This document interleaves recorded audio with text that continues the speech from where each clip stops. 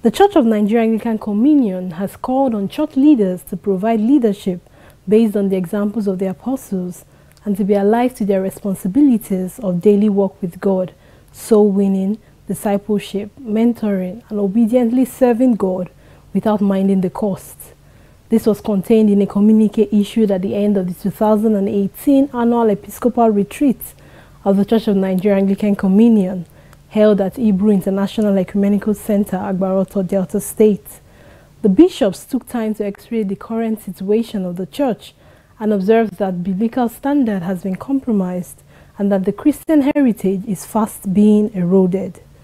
They also observed that homes, institutions, churches, and the society are crisis-ridden. Hence, the bishops called on secular and religious leaders at all levels to nip conflict in the board before it escalates to crisis. The bishops expressed sympathy to the families of victims of Fulani herdsmen attack all over the country, notably Kaduna, Plateau, Taraba, Adamawa, Kwara, and Benue states, and called on government and the relevant authorities to be proactive in tackling these issues if they want to douse people's suspicion that government has a hand in the killings. They suggested that the permanent solution to the killings by herdsmen lies in the establishment of ranches in line with world best practices and not grazing colonies. They also advised that the herdsmen be given a better opportunity in education so they can advance in life. In a communique, the bishops advised that the clamor for increase in the pump price of petroleum products by the marketers must be jettisoned, as this will aggravate the enormous sufferings of helpless Nigerian citizens.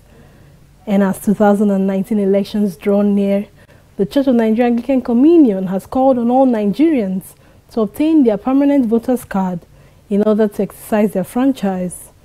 They advised INEC to avoid actions that might frustrate the enthusiastic voters. They commiserated with the family of late Dr. Alex Ekweme and the entire Nigerians on the demise of the former vice president, and prayed that God may grant them the fortitude to bear the great loss. They also appreciated the government in their role in curbing the menace of Boko Haram and the prompt evacuation of Nigerian immigrants from Libya.